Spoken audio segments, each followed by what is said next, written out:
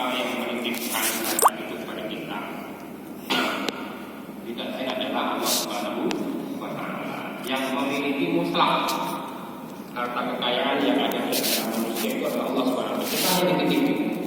Maka salah satu aturan dari yang menitipkan harta kepada kita itu apa? Kita harus mengeluarkan zakat, sedekah, infak kepada orang lain ya, dari harta yang kita miliki, yang kita miliki. Ya. Misalkan kaitannya dengan zakat, ada namanya zakat emas. Ya, gambar sekarang ada namanya zakat profesi. Ya, jadi itu yang harus kita utamakan dulu kalau kita memiliki harta dan kita ingin menata keuangan kita sesuai dengan aturan Allah Subhanahu wa Ta'ala.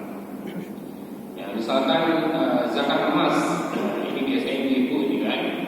Ya, ini punya emas yang disimpan, yang dipakai katakanlah 100 gram, gitu kan? Yang dipakai itu 30 gram. Berarti nanti yang dihitung itu emas yang dizakati itu yang disimpan, bukan yang dipakai. Jadi anting, jadi kalung, jadi gelang. Nah itu nggak dihitung.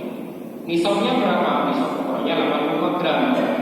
Berarti kalau dengan sudah punya emas yang disimpan 100 gram, berarti lebih dari 85 gram.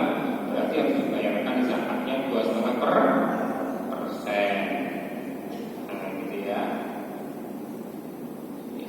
Jadi hitungannya seperti itu tadi. Yang kedua yang harus kita perhatikan itu adalah zakat profesi. Kita sebagai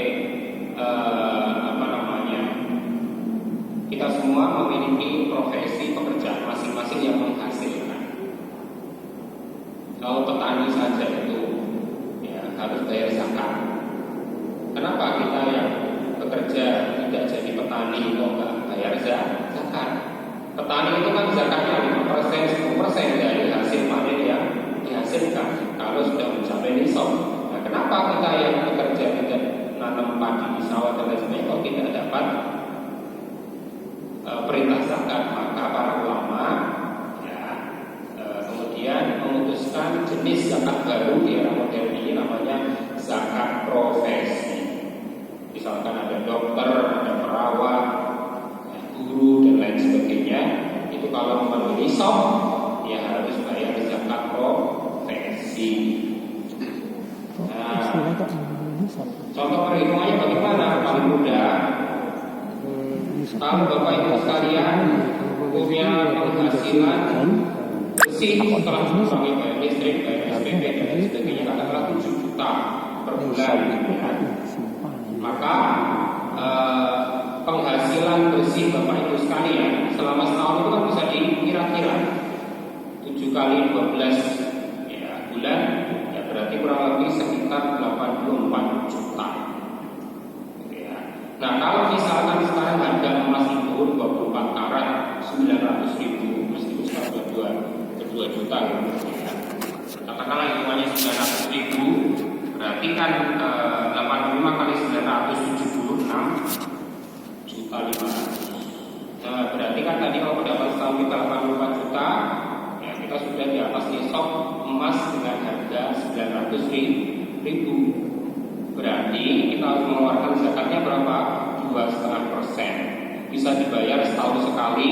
2,5% dari 84 juta itu 2.100.000. Ya, kalau mau dikeluarkan biasanya pada bulan Ramadan boleh. Setahun sekali 2,5% dari 84 juta ini 2.100.000. Atau mau dibayarkan per bulan juga boleh.